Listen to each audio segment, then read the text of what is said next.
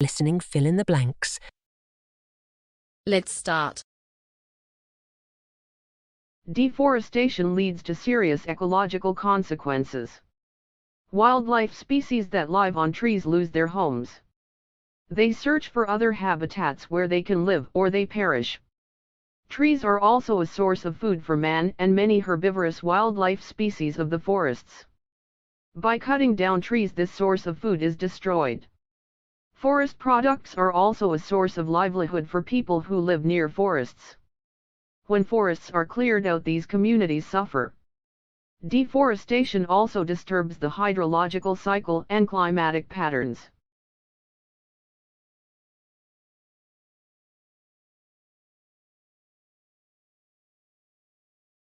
Scientists send robots called rovers to Mars to learn more about the planet.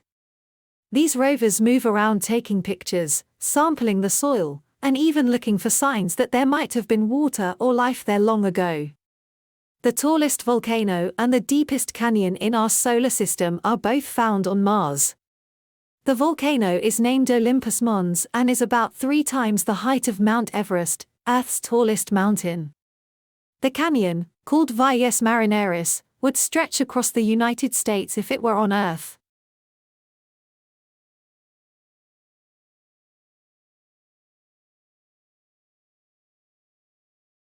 There are large animals like the elephant, rhinoceros and tiger, and smaller ones like the fox, jackal and antelope that live in forests. There are also a variety of birds that can be found in forests which may be endemic or native, or migratory ones that have flown in from distant lands. For instance, birds fly into India to save themselves the bitter Siberian winter. There are many varieties of snakes, butterflies and worms that also live in forests. All these wildlife species depend on the forests for their food.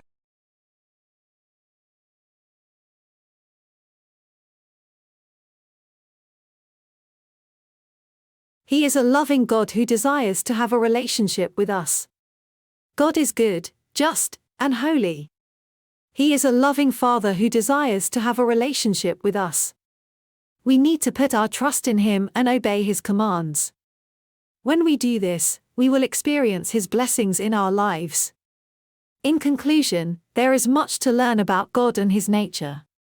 However, we can be certain of His love for us and His desire to have a relationship with us.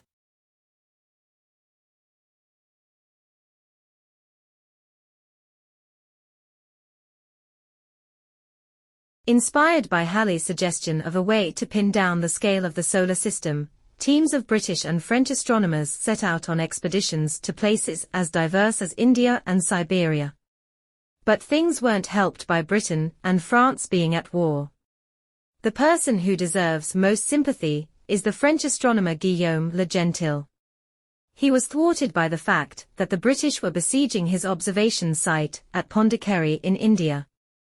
Fleeing on a French warship crossing the Indian Ocean, Le Gentil saw a wonderful transit, but the ship's pitching and rolling ruled out any attempt at making accurate observations.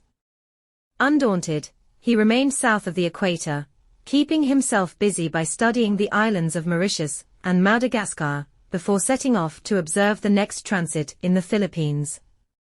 Ironically, after traveling nearly 50,000 kilometers, his view was clouded out at the last moment. A very dispiriting experience.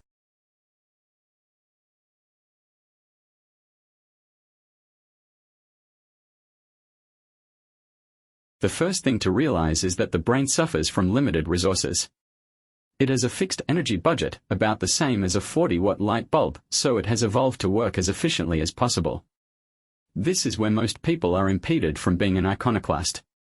For example, when confronted with information streaming from the eyes, the brain will interpret this information in the quickest way possible.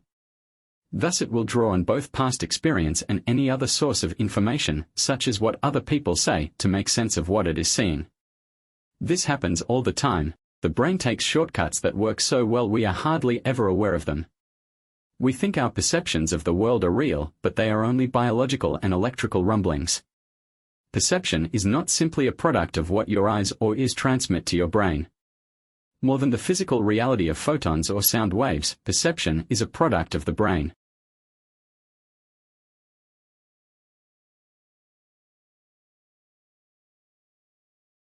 During his vacation in 1856, Perkin spent his time in the laboratory on the top floor of his family's house.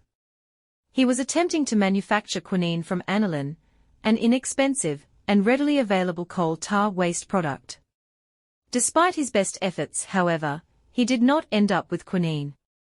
Instead, he produced a mysterious dark sludge. Luckily, Perkin's scientific training and nature prompted him to investigate the substance further. Incorporating potassium dichromate and alcohol into the aniline at various stages of the experimental process, he finally produced a deep purple solution. And, proving the truth of the famous scientist Louis Pasteur's words, "Chance favors only the prepared mind," Perkins saw the potential of his unexpected find.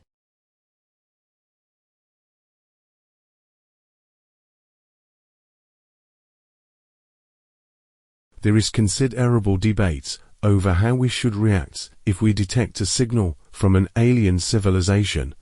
Everybody agrees that we should not reply immediately.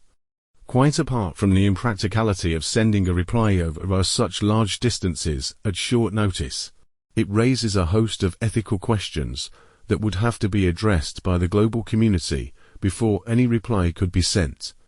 Would the human race face the culture shock faced with a superior and much older civilization? Luckily, there is no urgency about this. The stars being searched are hundreds of light years away, so it takes hundreds of years for their signal to reach us, and a further few hundred years for our reply to reach them.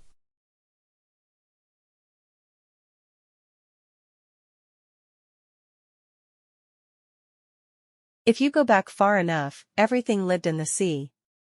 At various points in evolutionary history, enterprising individuals within many different animal groups moved out onto the land, sometimes even to the most parched deserts, taking their own private seawater with them in blood and cellular fluids. In addition to the reptiles, birds, mammals, and insects which we see all around us, other groups that have succeeded out of water include scorpions, snails, crustaceans such as woodlice and land crabs, millipedes and centipedes, spiders, and various worms.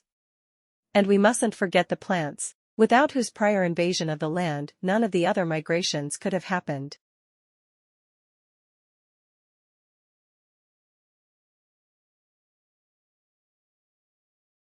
Japan has a significantly better record in terms of average mathematical attainment than England and Wales.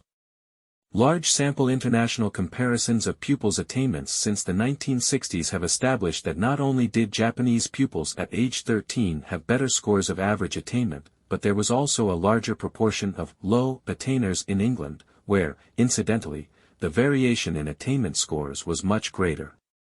The percentage of gross national product spent on education is reasonably similar in the two countries. So how is this higher and more consistent attainment in maths achieved?